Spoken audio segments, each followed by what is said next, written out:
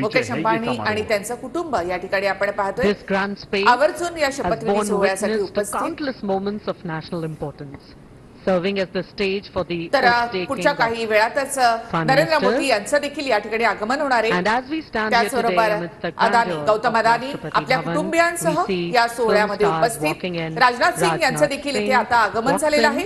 राजनाथ सिंग हे मोदी सरकारमधले आणखी एक फायब्रंट नेते आणि राजनाथ सिंग मागच्या सरकारमध्ये संरक्षण मंत्री होते. त्यावेळेला त्यांना कोणतं खातं दिलं जातं हे पाहणं खूप महत्त्वाचं असेल. मात्र भाजपमध्ये आणखी एक ज्येष्ठ नेते, हिंदीवर अत्यंत प्रभुत्व असलेले आणि संघाची विचारसरणी असलेले राजनाथ सिंग, कंगना राणावत हिचं देखील आगमन या ठिकाणी झालेलं आहे. मंडीमधून खासदार असलेले कंगना राणावत या सोहळ्यासाठी उपस्थित.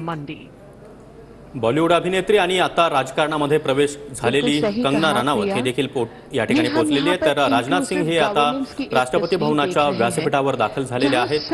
अभिनेत्री कंगना राणावत ही मंडीमधून विजयी झालेली आहे आणि त्यानंतर आता ती या शपथविधी सोहळ्यासाठी राष्ट्रपती भवन परिसरामध्ये दाखल झाली आहे.